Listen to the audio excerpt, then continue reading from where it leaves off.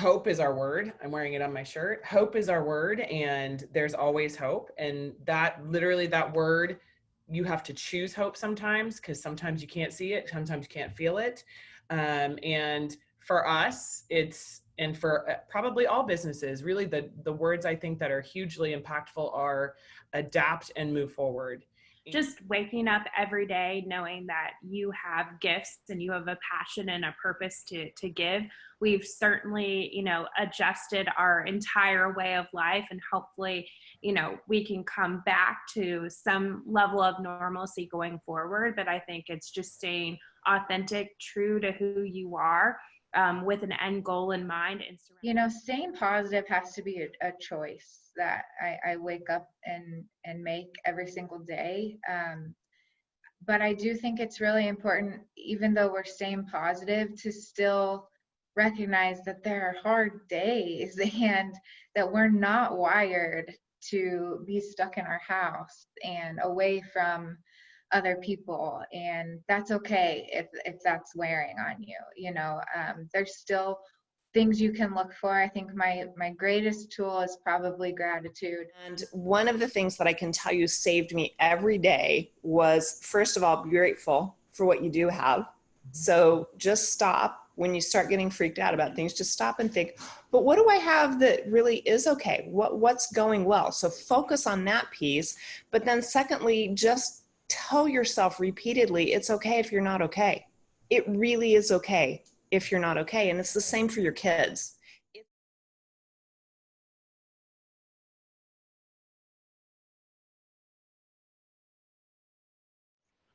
The genesis of this idea, which was a little different than some of the ones we've done in these first couple of months of Zooms, it really went back to something Harry Campbell says all the time. I think a lot of people on here know Harry, and if you haven't, you should get Harry's books and read them, because Harry is an awesome leader and awesome friend. And he always talks about how the customer doesn't come first, your people come first, because if you don't put your people first, the customer will never get treated right. And then a couple weeks ago, I had a chance to judge projects with KC Entrepreneurship that Thala Cherry invited me to. And it was amazing, all these dozens and dozens of high school kids from all over Kansas City that were talking about the struggles they're having. They don't know what the fall looks like. They don't know what school's going to look like. They don't even know if they're going to have a football season or a soccer season or a basketball season. They don't know what the world's going to be. And that really kind of cemented in my mind this idea of just brainstorming. If people come first, what can we all do? This is kind of an open dialogue. Just what can we be doing as business leaders, as family members, as community leaders, to help our families and our kids succeed as we continue to navigate, all of the challenges of 2020. So I'll just start off and kind of roll through some folks here with an opening question. Jen Simpson was on here first, so you get the lead off spot, Jen. Jen works with KidsTLC. If you haven't ever been to their campus, you should go visit it. It's an amazing place they have built to serve families, both in the foster care system and with other challenges. I guess, Jen, just tell us a little bit about what inspired you to dedicate your career to helping families. Oh, well, I went to school for marketing, and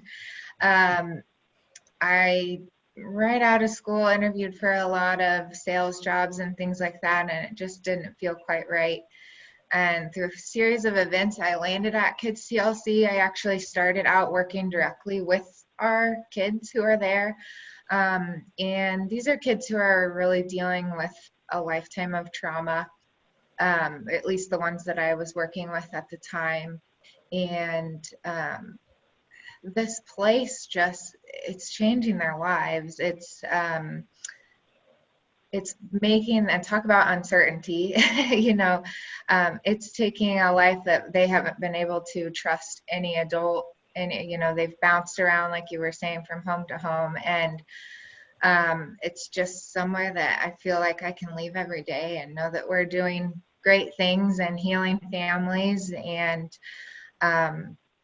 I've now been there about 12 years and I enjoy every minute. It's fun to see it evolve. Every year I feel like we evolve just a little bit to try to meet the needs a little bit better of our families. So that has always kind of been the MO at KidsTLC. So it's been a really great run. We're still going. So this year has been a very interesting year in mental health for sure. So No kidding. And I'm sure that introduced new challenges for you and how you keep the kids safe. yes, You know, who already that was a challenge to keep kids safe, and now you had a new element to that to deal with. absolutely. Yeah. We have. So we've made quite a few adjustments. We've been doing some telehealth with families, which has been really amazing. I think the really neat thing that's come out of this is that there may be some things that actually stick that are working better for families. It's been a time to try new things, and it'll be interesting to see moving forward kind of what that new, everybody talks about new normal and what that'll be. So Sarah, I've unmuted you, but you may need to unmute yourself. You spent the majority of your career working with families with Down syndrome, and I think you've told me that was really a friend that inspired you to go down that journey. Why don't you tell everybody a little bit about that? Yes, thank you. Randy, can you hear me okay? Yes, sure can. Thank you. Good. Well, good morning to everyone.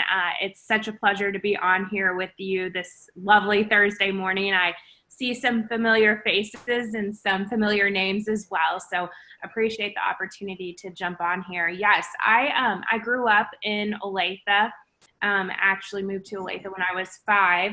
I was coming home from the summer after my freshman year of college. I went to undergrad at Westminster College in Fulton, Missouri, played soccer there, and through a family friend actually got connected with a young woman with Down syndrome. I was 19 years old, and my third job that summer was to help her prepare for her high school transition.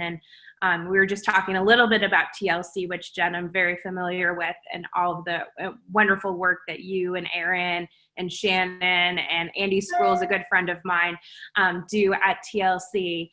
It's absolutely incredible. But in the special education law, the IDEA, the Individuals with Disabilities Education Law, at 14 is when the transition from junior high to high school starts to happen for a student who's on an IEP or a student that has a disability. And so I got to spend that summer with my best friend Casey and really got to work with her on her life skills, her independence, and preparing her for that transition to Shawnee Mission West. During that experience, I really got to understand firsthand kind of the systemic barriers that families face. I got to understand all of the challenges that Casey's parents had raising a child with special needs, but it had absolutely nothing to do with Casey, and it had everything to do with a broken system. And so that's really what inspired me to become an advocate for her. I went on and had the opportunity to get my master's in public policy, focusing on healthcare and education. And really early in my career, managed a number of public-private partnerships, but I got asked to join the National Down Syndrome Society to run our advocacy and policy work, oversee that in Washington and in state capitals across the country. To this day, my personal relationship with Casey is very unique. She just turned 35 back in January. And she is absolutely in a special, important part of my life. And I serve as her legal co-guardian. Her dad passed away about 10 years ago. And so as we deal with situations focused around aging caregivers and making those decisions, people with disabilities are living so much longer. You know, I've stepped into that role to help coordinate and navigate her CAN care, her Medicaid in the state of Kansas. So we are really focused on that. Obviously, the challenges that we find ourselves in right now, given the stay-at-home orders and the coronavirus situation, has been difficult on her emotionally and has posed some behavioral challenges. I actually haven't been able to see her in the last 3.5 months, which has probably been just as hard on me as it has on her, because she's a vulnerable, she meets the criteria of the vulnerable population category. So we're making do, and we're gonna try this weekend and do some social distancing at her group home in Lenexa. So I'll definitely, Randy, have to report back. That's awesome, Sarah.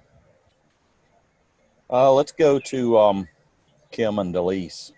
Maybe start with Deliece, and then with the inspiration behind Braden's Hope, and then Kim, where Callan's course came from and how you brought all those together. Sure, absolutely. So I'm Deliece Hofen. I live in Olathe and started my career as an educator. So was a teacher, and then I went to became an administrator, a principal, and then I was in HR in Blue Valley. So that's how I started life, and that's what I was doing right up until our son Braden was diagnosed with cancer. And he was 3 years old when he was diagnosed, and obviously the world changed at that point. And I'll tell you that Kim and I have found so many similarities between the way that the rug's been swept under our feet with COVID and the way the rug was swept out from under our feet with cancer diagnosis. Everything changed in an instant. For us, it was literally within a 1-minute diagnosis where they say your kid has diagnosis, your world completely changes. So my career went poof because I had to go take care of him at the hospital, because he was in the hospital doing treatments full time. So there was no way. So I took a leave of absence, and then I actually got diagnosed with cancer too. So then after my 2 years of that, I had to either go back or resign. And since both of us were fighting cancer, I couldn't.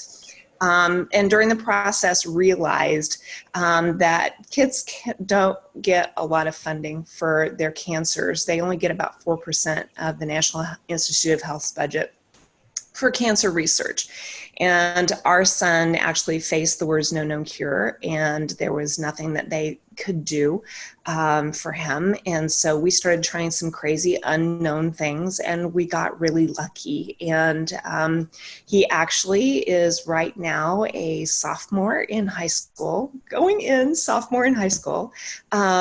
and doing really well. He also has autism. So Sarah, a lot of what you were talking about rings very true with Braden as well. So we're doing great here at our house. It's real hair, not a wig. So that's kind of a nice change. So everybody's good here. And we started Braden's Hope to try to level out that playing field so that children with cancer could have funding as well. And so we fund $1 million research grants that stay here in Kansas City. So the funding stays here locally and comes from local dollars. So that's kind of where it happened with our family and how Braden's Hope got started. So Kim, tell us about Callan. Hi, everyone. I'm Kim Stanley, and I'm equally as grateful as Sarah to be here and share our stories and see all of your faces. It's so nice to see humans and adults, because I spend most of my days with my kids. So yes, my name is Kim Stanley, and I am the Vice President and Director of Development with Braden's Hope. My story started long ago. I had a long career in sales. I actually sold cancer diagnostic instruments. And at a time in my life where my husband and I both covered like the United States, we said one of us needs to volunteer and spend more time with the kids. So I volunteered to take a break from work, and about 3 months later, my daughter Callan was diagnosed with eye cancer. And in 12 years in cancer diagnostics, I had never a thought in my mind that my daughter would be diagnosed. Just never crossed my mind. And about 5 months into our journey of cancer treatments, we went to a Braden's Hope event.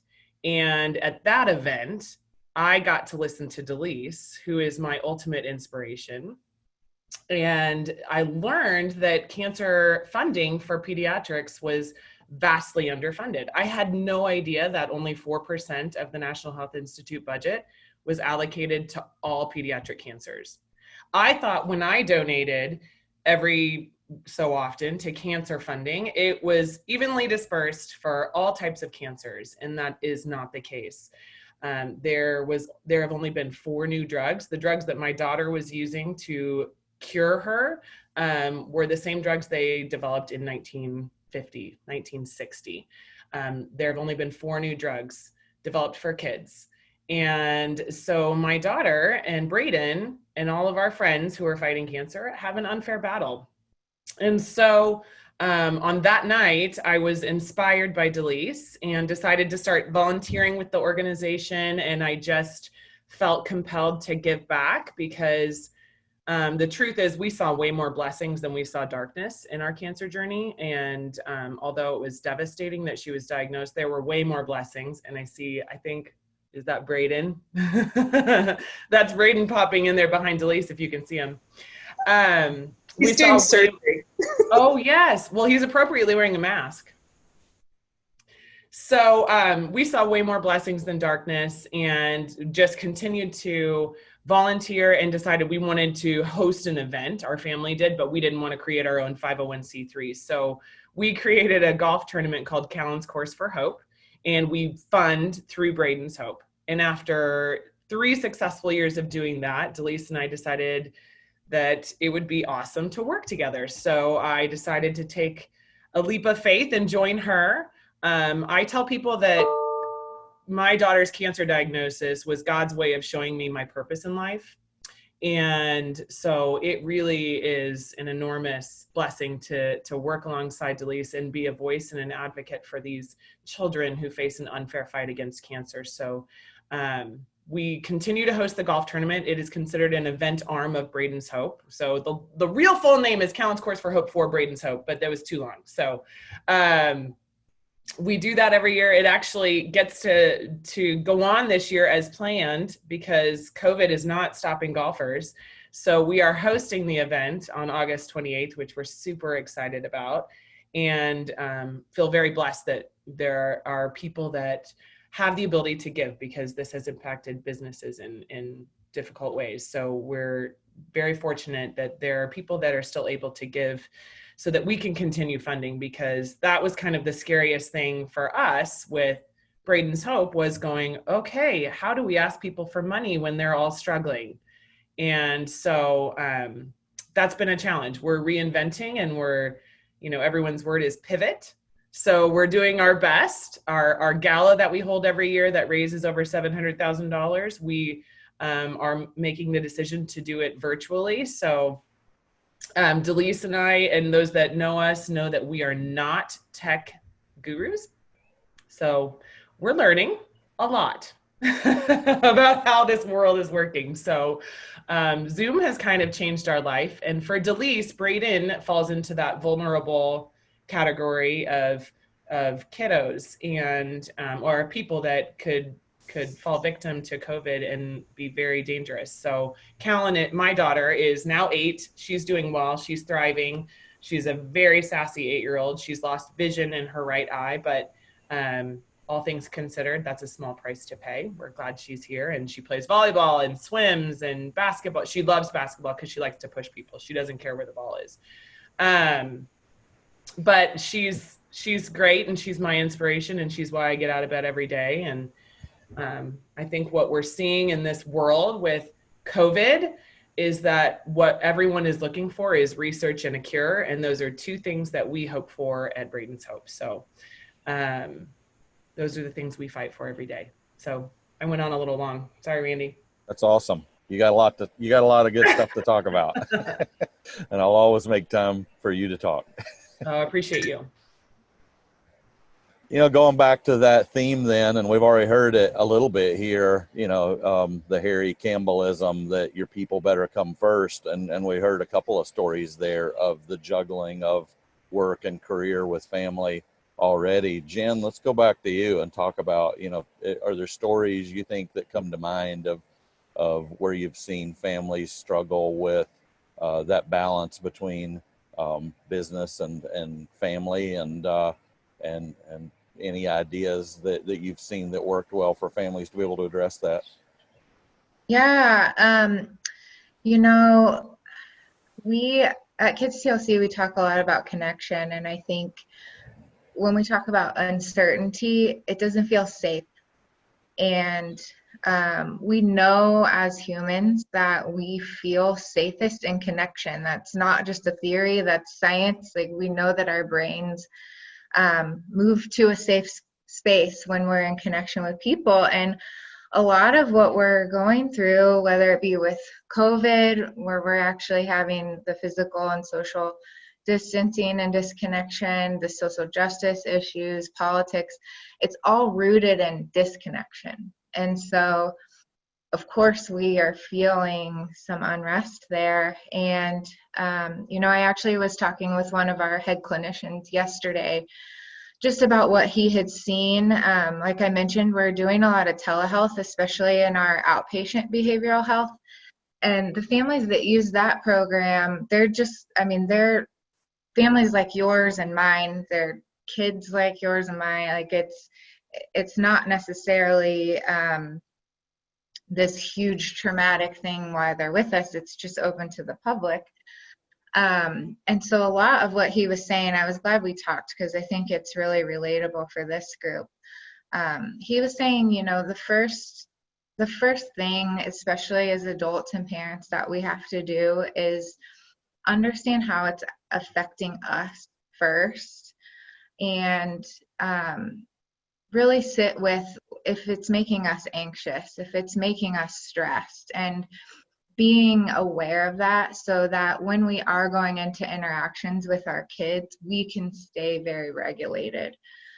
It's really easy to kind of put what we're feeling on the kids that we're interacting with.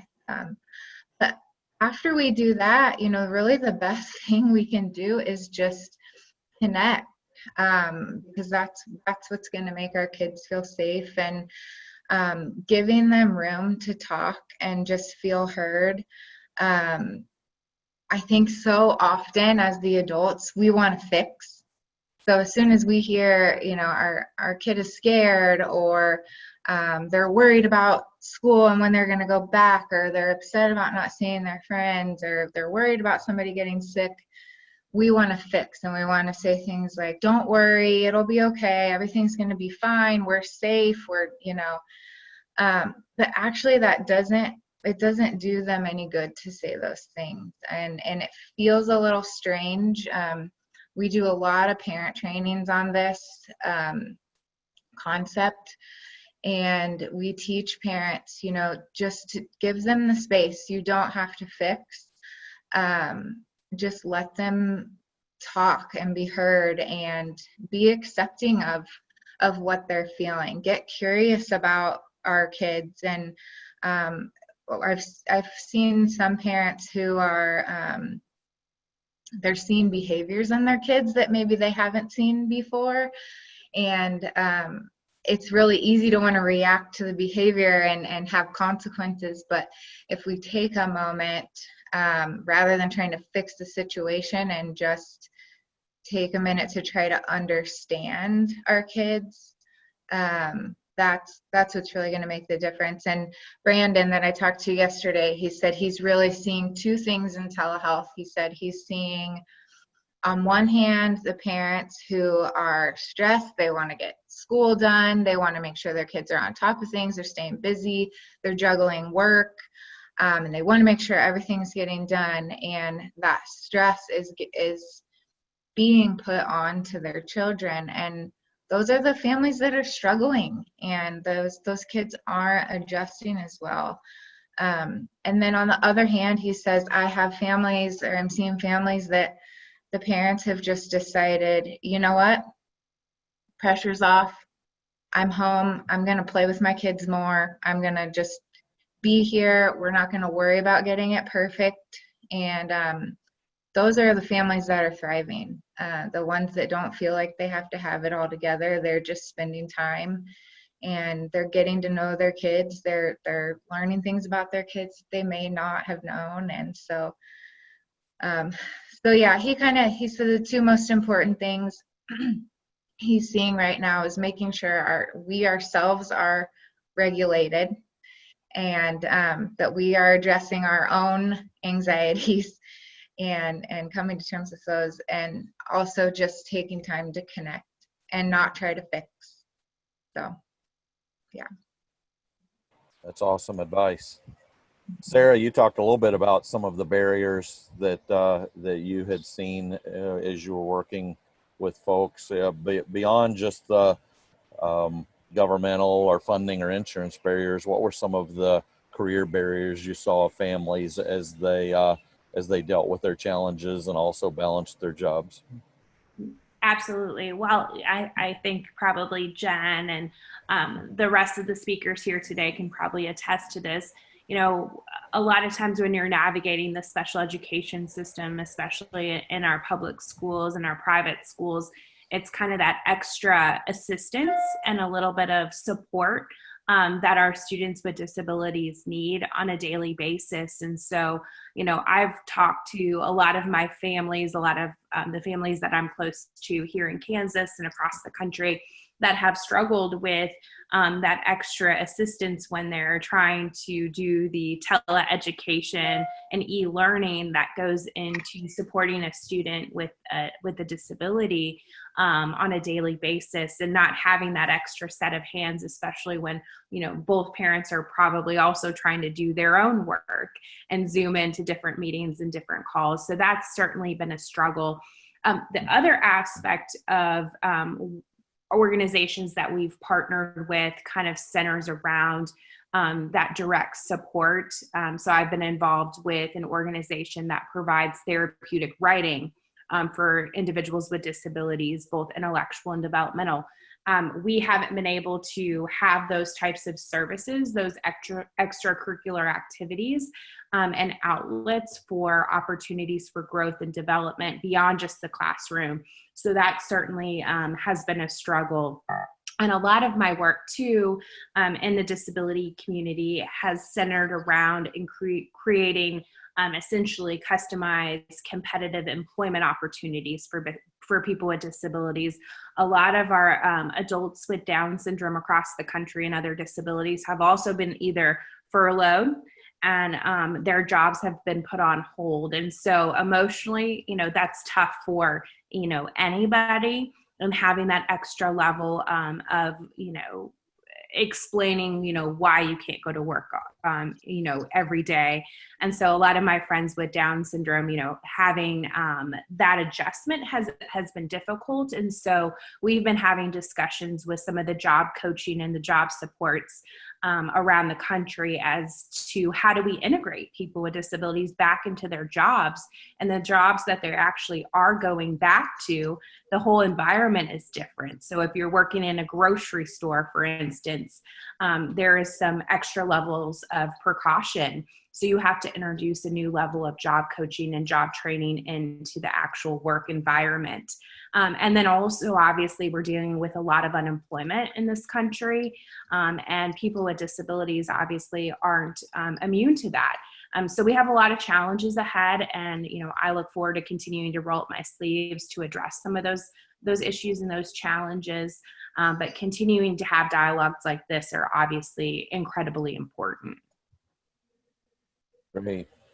If any of you have questions, start typing them in the chat, and I'll start rolling through those here and open it up to you here shortly.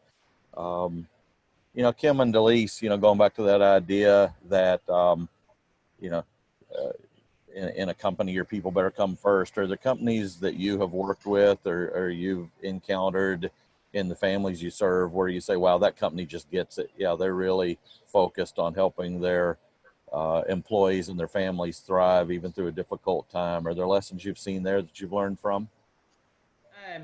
I would say, Randy, that we are uniquely blessed with very just amazing people who have supported us from the very beginning. So we are in our 9th year, and I think that the people that have supported Braden's Hope see that despite COVID, 43 kids a day are being diagnosed with cancer. So they really hold on to that message, and they know that this cause tends to be worthy. We've been trying to put out messages that give them an opportunity to give if they feel compelled, but we haven't been very, we tend not to be, we're not pressure people anyways. We, know that with this whole situation, fear has been a driving force for all of us. Fear of what might happen, fear if we get it. And that's the same fear that we face when our kids were diagnosed with cancer. And that's the same fear that lives in our hearts. And we have to wake up every day and choose to have faith over fear. That's something that I have to actively try and do. And I think that hope is our word. I'm wearing it on my shirt. Hope is our word, and there's always hope. And that word, you have to choose hope sometimes, because sometimes you can't see it, sometimes you can't feel it.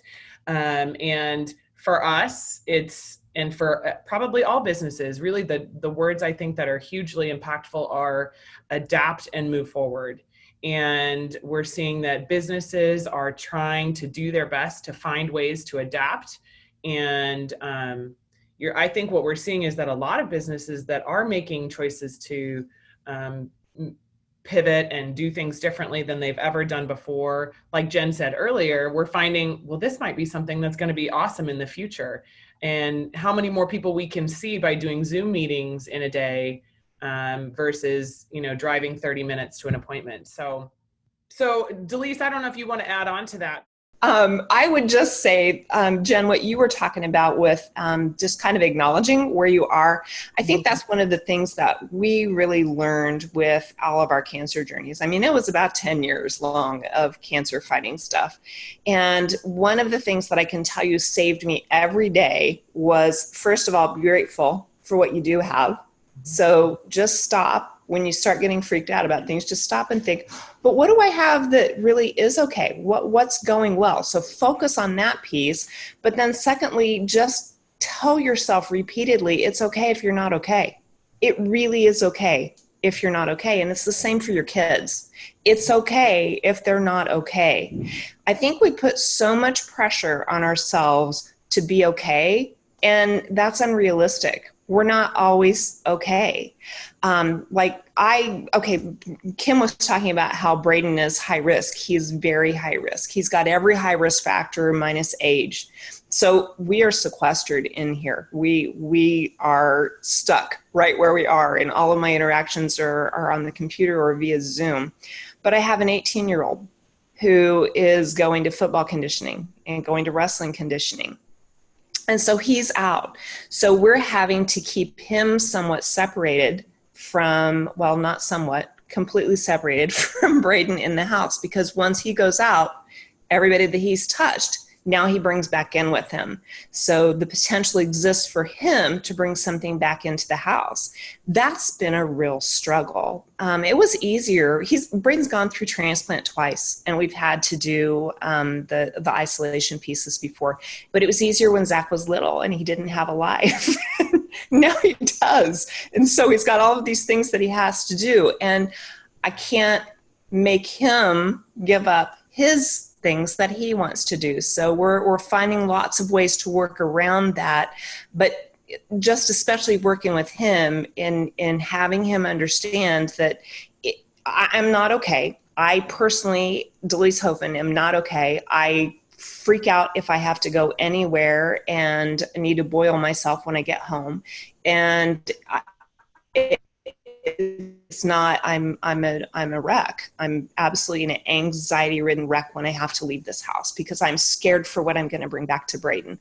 But he needs to not shoulder that. Zach needs to not have that same kind of anxiety on his shoulders. And so we've just had to come up with parameters for, okay, you can still go, but when you go, these are things that need to happen when you come home. And when you do go, these are things that need to happen when you're out. And you just understand that is different for you than it is for many people. And that's okay. It doesn't have to be the same. And it's okay that your mom is freaking out, and it's okay that you're not. That's okay. So I think just allowing ourselves to understand that it really is going to be all right. And we really don't have to put those high expectations on ourselves. And I think, in all honesty, the cancer journeys are what have taught us that. I mean, we've learned to live in disruption because of the cancer journeys. And you can't change that disruption. I can't change the COVID stuff out there right now. None of us can. So we have to just work within the parameters that we have. And all we can do is the best that we can do. None of us are going to get it perfect. And that's okay. Randy, I saw Chantel's comment, and she asked about, what do you do as individuals to keep the tone of positivity day to day? And there are actually a couple of things that I actively do. And I've shared these with people, and some have said that they help them. So I figured I might share. The first is, one, it's a choice to look for something every single day. And I did this when Callan was diagnosed. My husband and I both said, one, we're not going to be bitter. Let's make the choice not to be bitter about this diagnosis. Let's just face it head on. It is what it is. And so we made that choice, and we looked for one thing to celebrate every day. And it was, sometimes it was just as simple as, hey, you know what? Today I wasn't as scared as yesterday. Yes, today my kids did something awesome. And it was just look for one thing to celebrate every day. And last year, I listened to a podcast that gave me a super simple thing that helped me throughout my day. And the first thing was, it said to set an alarm, like on your phone, set alarms. And so my first alarm in the morning that goes off, that I hit snooze 5 times sometimes, that one says, get your hopes up. Literally, get your hopes up. The midday one says grateful and blessed. And every time it goes off, I'm like, grateful and blessed. My kids know. So now when they hear it, they go grateful and blessed. And I hope that it reminds them to think of something that they're grateful and blessed about. And then the last one at the end of the day is be proud of the good you did today. And I had to set that one because sometimes I got to the end of the day and I'm like, man, I didn't accomplish what I wanted to today. Or, the day got away from me and I spent more time outside with my kids or whatever. And I had to remind myself that some days are better than others. Just be proud of the good that you did today. There's something that you did that was good. And so I have those reminders. And then the last thing I'll say is to give ourselves grace. Not every day is going to be productive. And being productive is like a big thing for me. If I don't feel productive, my husband knows I'm cranky. And I have to give myself grace that not every day is going to be the most productive day. And some days I'm going to scream at my kids, and some days they're angels. And some days I have an awesome work day, and some days I'm like, nope, nothing happened there. So we have to give ourselves grace as business leaders, as people in the community, and as parents and friends and husbands and wives. Like, we have to give ourselves grace. So those are my things. Wow. Those are awesome. Sara, I know you've got to leave shortly, but why don't we go through that question with you? What do you do every day to maintain that tone of positivity? Well, absolutely. I think, everyone kind of touched on all of those elements, but I think it's just waking up every day knowing that you have gifts and you have a passion and a purpose to give. We've certainly, adjusted our entire way of life, and hopefully, we can come back to some level of normalcy going forward. But I think it's just staying authentic, true to who you are, with an end goal in mind, and surrounding yourself by family, by teams that are working just incredibly awesome hours. We're now, I think, working more than we ever have because we were already online a lot. And certainly that has increased over the last several months. So it's really just staying passion true, continuing to engage with other leaders in the community, other business leaders, and of course, family and friends throughout this process, has kept me grounded, and it has helped me continue to do the work that I'm so passionate about here for Kansas, here for the our congressional district, and of course, continuing to serve people with disabilities and their families. How about Jen? What do you do at both you personally and the organization with Kids TLC? How do you guys keep yourselves pumped up and positive every day? You know, as far as Kids TLC goes, that's a leadership. I have to totally credit our leadership with that. They have just really set the tone in this, and from the get-go, kept things positive and just really focused, like you were saying, on our people and taking care of our people and figuring out what we can put in place to make sure people feel valued and know that we want them there and we need them there. And so that really has come top down, and I try to do that with my team as well, or our team as well. And as far as me personally, you know, staying positive has to be a choice that I wake up and make every single day. But I do think it's really important, even though we're staying positive, to still recognize that there are hard days and that we're not wired to be stuck in our house and away from other people, and that's okay if that's wearing on you. You know, there's still things you can look for. I think my greatest tool is probably gratitude. There's always something that we can be grateful for in the day. Sometimes it's something as small as I found a new Netflix show, and that's what I'm going to do today. That's fine.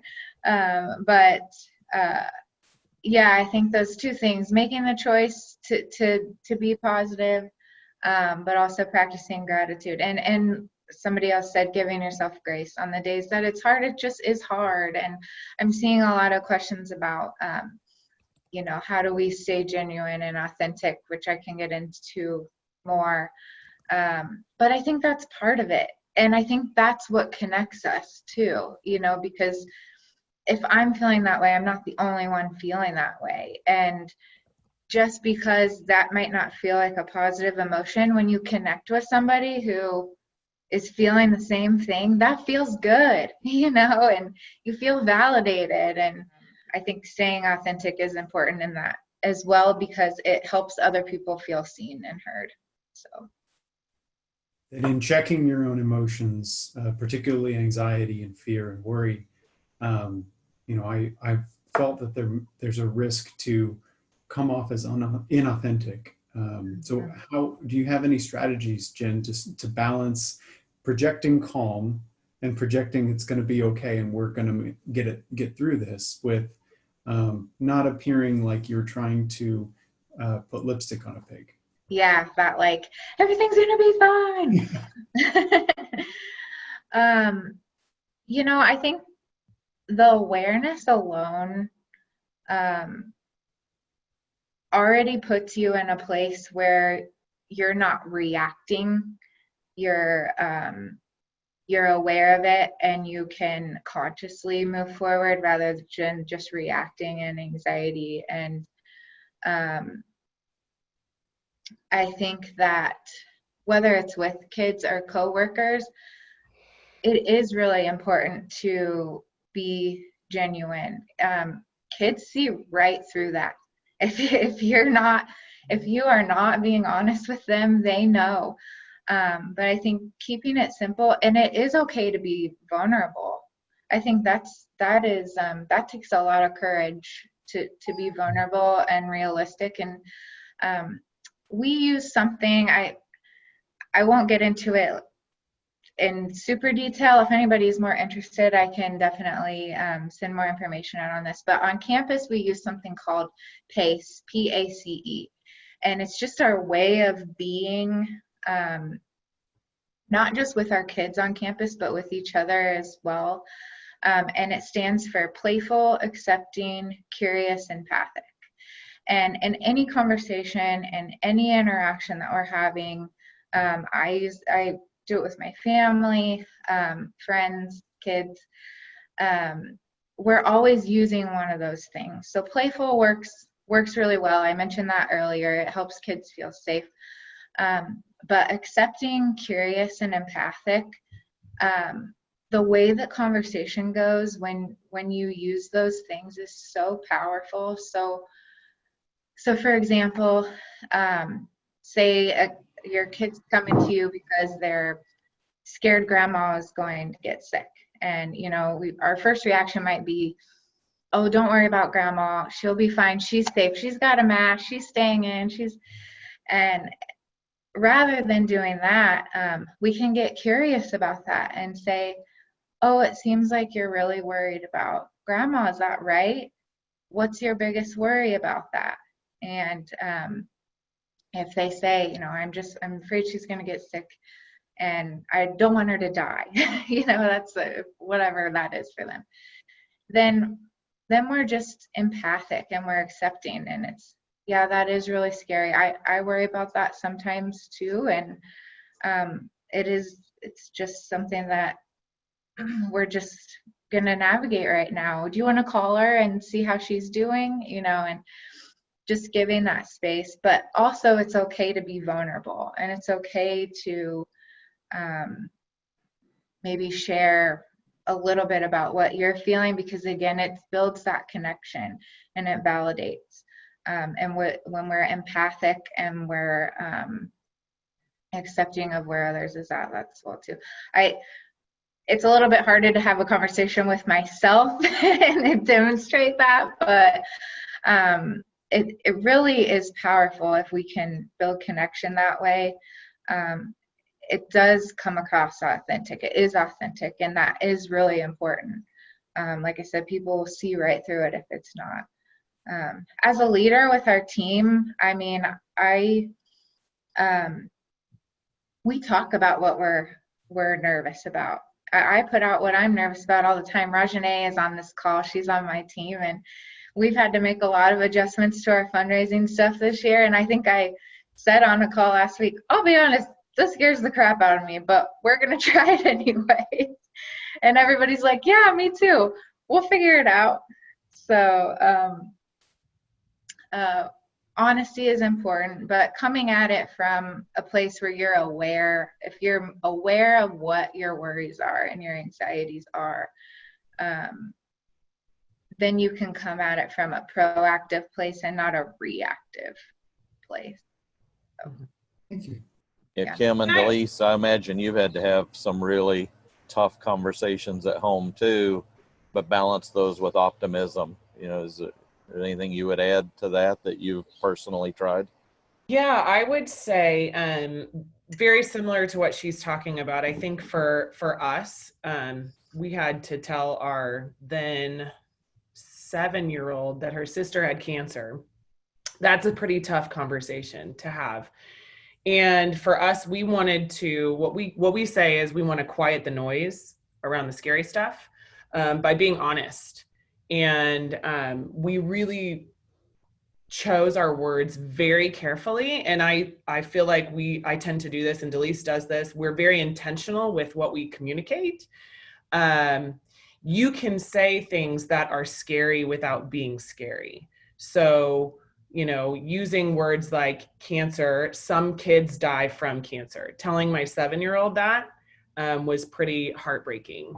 But we had to be honest with her, because if we didn't, we knew that it would leave a gray space in her mind.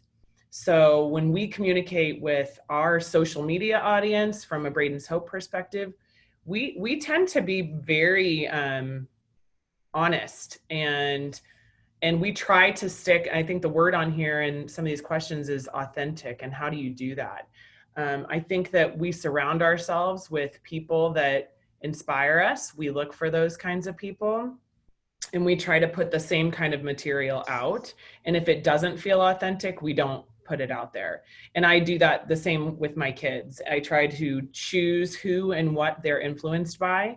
To some extent. I mean, I'm not a helicopter parent. I don't try to control the whole world around them, but, you know, we certainly have limitations on what they see on social media and all of that kind of stuff, because the world, I think, is really hard right now, and how you find authentic and real material is challenging. So when we share those messages, and when we had to talk to our parents and our kids and our, families and our other friends that have kids who have cancer, I think the things that I see that are most successful is really open and honest communication, and having an honest discussion. And if any of you follow Deliece on Facebook, brutally honest. She will tell you how she feels, and it's inspiring every single day. She inspires me every single day to face what she faces. And I'm going to turn this over to her with Braden having fought and battled cancer 3 times, and herself battling breast cancer. She's very humble.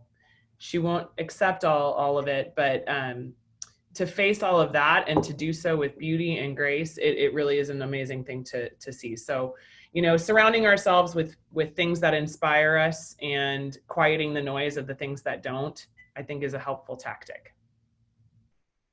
Those are all really, that's an amazing way to put it. I mean, you guys have said so many incredible things. So tough to add to that, but I will say that when I was leading a staff and had, I don't know, probably 80 people on my staff at the school, the big thing that we would always do is we would just talk about it. I mean, I'm very much a person that says there might be an elephant in the room. I'm not really sure if there is or not. Let's find out if it's there. And if it's there, let's talk about that elephant. So saying to people when you're leading a staff or talking with a group, saying to people, listen, we're going to be okay. This is going to be hard, but we're going to be okay.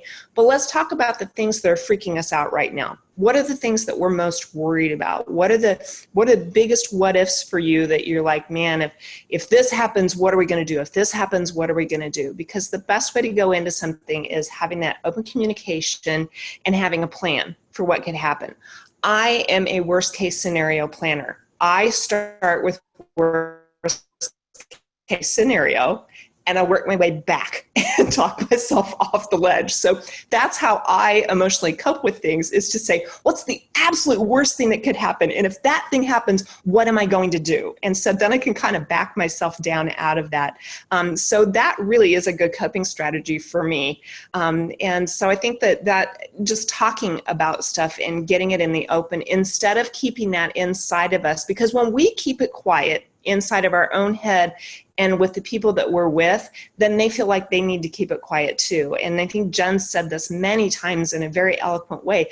That's not good. It's not good to have that stuff sit in your head and on your heart. You need to talk about it. So like tomorrow, I have to take Braden to the hospital to go to a dermatology appointment. And so I was talking with Kim about that yesterday, because I'm fully freaked.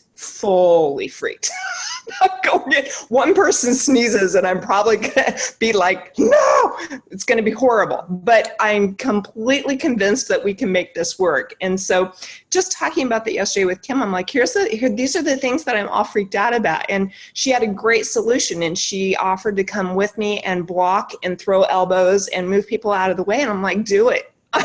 I'm totally down with that. So I just think just having that conversation, though, kind of lightened it on my heart, and it's going to make it easier, because when I walk in tomorrow, as I'm freaking out, I can just remember, but Kim could be here and she could be throwing elbows. So I'll have to throw elbows instead of her. So I just think continuing to have open conversation is a big, big piece of all of this. Thank you. Curt, I think you had a question, which we've hit on some around authenticity, but yours also was a little bit more maybe about the unknown of some of the things today where we don't even know all the answers. I just heard the story was great about the concern and fear about going to the doctor's office tomorrow, right? And you know what? There's going to be some people not wearing masks. How dare they? But so we're a divided society, whether it be because of COVID or the social environment and what's going on in racism. And my perspective is being in the basement or the house or wherever and less together. Again, this is part of my anxiety coming out now, is that we're a more divided society. And does that cause us to be less genuine, less empathetic, less authentic, because we think we say stuff, or we don't address that elephant in the room because we don't want to upset someone? So we kind of suck it up and don't worry about it, or we say what we think the audience might want to hear. And I'm concerned without genuine social interaction, that true culture is better when we are authentic, when we are empathetic, when we are vulnerable. And then I think by being stuck away from people, like you mentioned, Jen, because we're wired to be together, there is a risk at this point in history that, I mean, company cultures may go backward. That's one of my thoughts or theories. And I don't know. I'd love to get a little bit of perspective from anybody else and see if they think if there's any validity to that. Yeah, that's a good question. I think you're right. I think it's going to be a big challenge going back and figuring out what that new normal is. Everybody's got their opinions on how things should be and what things should do, and there's a lot of very divisive topics in the news right now too. I think my best advice would be to get curious about people, ask questions, and not asking questions to respond, but asking questions, being truly curious to understand where people are coming from, because we don't have to agree with behavior. We don't have to accept behavior. We don't have to be on the same page, but if we can understand where people are coming from, we start to learn, there's a pain there, or there is an experience there. There's a reason why people act the way they do. And so I think for me through this all, I feel like I've been really quiet, just because I'm trying to listen. And I think that's really powerful. People respond well when they feel heard, but also it helps build compassion, and it helps you find that empathy if you can understand where people are coming from. So, I mean, that's a really complicated question. You're right. The world's going to look totally different, and it's going to be challenging for all of us for sure, but I think that's a really good place to start. I love the curious question. Mm-hmm. I love the curious question, and one of my picks is ask questions, so you don't know what someone else is going through, so that's the empathy, is put yourself in somebody else's shoes and ask, and don't peanut butter spread, right? So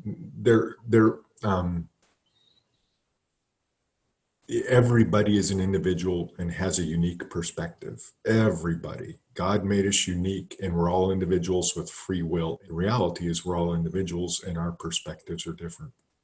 Which is a really beautiful thing, Yeah, heck yeah. I mean, gosh, how boring would it be if we were all the same and had the same experiences? And we have to be open to that, though, so.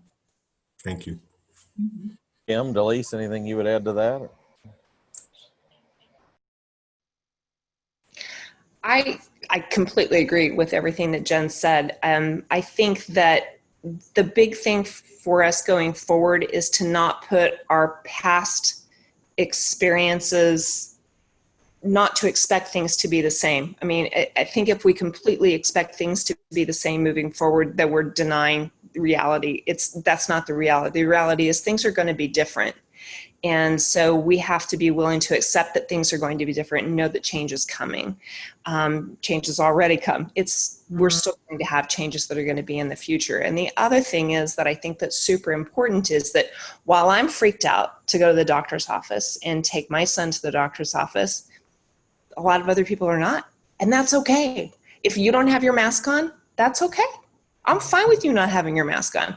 I'm going to have on 8, but it's fine that you don't have one on because I'm ready. So you just have to understand. And one of the things that I posted, and I got a lot of people texted me and messaged me afterwards, is I need for you to understand that I'm not okay. And this is really hard for me, but I want you, what I'm most worried about within that is that you're going to think that me being not okay and not being able to do it means that I think that you should not be okay and you should not be able to do it. And that's not the truth. And I think that's important to communicate to people in some way, shape, or form, that wherever you are is good too. And so when I see somebody at the grocery store and they don't have on a mask, I'm like, okay, you don't have on a mask. I mean, I have mine on, so I'm okay with that. And I know going in that that's going to be the way the world is. So we just have to kind of change our expectation, not just of ourselves, but of others, and stop putting ourselves in other people's shoes to try to drive where they're headed. We can't make decisions for other people. We can only decide for us. So that's, I think, going to be an important thing going forward, is to know that we're all going to be in different spots, and that's okay. Yeah, I would piggyback on that. I think what you both have said is amazing. That what we are all facing is the process of recovery. Everybody responds differently to tragedy, and what we're facing with COVID and racism. I think we're all responding and recovering in different ways, and we're all facing a new normal. And when you're diagnosed with cancer, your whole world is never the same. We call our life BC before cancer and AC after cancer. And in our house, that's what we, my husband and I, that's how we refer to it, because everything was different. We had to think of a new way to live. And I think that's what we're all seeing with, both of our cultural situations right now. And I think that we need to allow ourselves, like Jen said, to just observe and listen and go to those dark places. See that, there are bad things that we're facing, and go to those dark places in your mind. If you don't go there and face them head on, then we'll never learn and we'll never grow.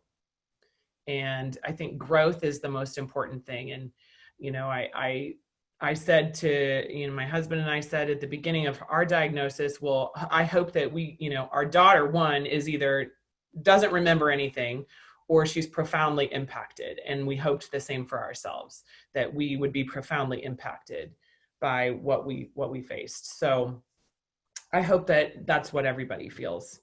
Maybe I'll close with this one. And you both touched on it a little bit earlier. Talk about some of the changes of fundraising. We haven't announced all of them yet, but